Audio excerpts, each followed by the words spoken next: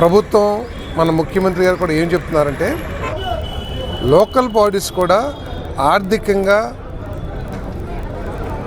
బలోపేతం అవ్వాలి, వారి కార్యక్రమాలు నిర్వహించుకోవడానికి రెవెన్యూ జనరేషన్ని పెంచాలని చెప్పేసి ముఖ్యమంత్రి గారు ప్రభుత్వం కూడా చెప్తూ ఉంది.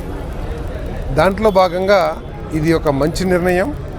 బాపట్ల అభివృద్ధికి కూడా ఇది చాలా ఉపయోగపడుతుందని చెప్పేసి మనం చేస్తాను. మరి మన కలెక్టర్ గారు, గౌరవ శాసనసభ్యులు, మున్సిపల్ కమిషనర్, బీపీసీఎల్ సహకారంతో చాలా కన్వీనియంట్గా ఉన్న లొకేషన్లో ఇంత మంచి లొకేషన్ దొరకటం అనేది చాలా అరుదు. నేను కొత్త పెట్రోల్ స్టేషన్ పెట్టానంటే ఈ స్టేషను ఎటువంటి స్టేషన్ అంటే బాపట్లలో అన్ని సర్వీస్ స్టేషన్స్ కంటే కూడా ఎక్కువ వ్యాపారం చేయగలిగిన దమ్మున్న సెంటర్ ఇది. దాదాపు నాకు తెలిసి ఇందాక అధికారులతో మాట్లాడుతుంటే రోజుకి 7 నుంచి 8 లక్షల రూపాయలు విలువ చేసే వ్యాపారాన్ని ఈ స్టేషన్ ద్వారా చేయొచ్చు. అంటే ప్రతి నెల కూడా కొన్ని లక్షల రూపాయలు లాభం, వ్యాపారం కాకుండా కొన్ని లక్షల రూపాయల ఆదాయం మున్సిపాలిటీకి చేకూరుతుంది. కాబట్టి మరి ఇది చాలా ఉపయోగకరంగా ఉంటుంది, అభివృద్ధికి కానివ్వండి అన్ని విధాలు కూడా. మరి భవిష్యత్తులో ఈరోజు ప్రభుత్వం ఈవీ వెహికల్స్కి అనేక ఇన్సెంటివ్స్ ఇస్తూ ఉంది. ఈవీ వెహికల్ కొంటే ట్యాక్సే కట్టక్కర్లేదు.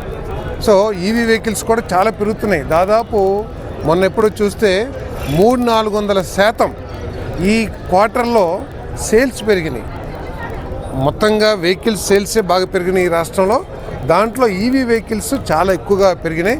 కాబట్టి దీంట్లో ఈవీ ఛార్జింగ్ స్టేషన్ కూడా పెట్టమని చెప్పేసి మరి కలెక్టర్ గారిని, బీపీసీఎల్ వారిని కూడా రిక్వెస్ట్ చేశాం.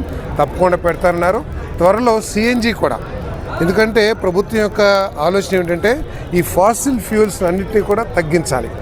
ఈ మన గ్రీన్ ఎనర్జీ, తర్వాత వ్యవసాయ ఆధారిత ఫ్యూల్స్ని, ఎథనాల్ కానివ్వండి, లేకపోతే సిబిజీ కానివ్వండి, వీటన్నింటి కూడా వాడాలనే ఆలోచనతో ఉన్నారు. కాబట్టి మరి ఇక్కడ సిఎన్జి స్టేషన్ కూడా భవిష్యత్తులో పెడతారని చెప్తున్నారు. ఏదైనా కూడా ఇది బాపట్ల మన శాసనసభ్యుడి గారి నాయకత్వంలో మన డిస్ట్రిక్ట్ అడ్మినిస్ట్రేషన్, మున్సిపల్ అడ్మినిస్ట్రేషన్ తీసుకున్న మంచి నిర్ణయం అని చెప్పేసి నేను భావిస్తున్నాను.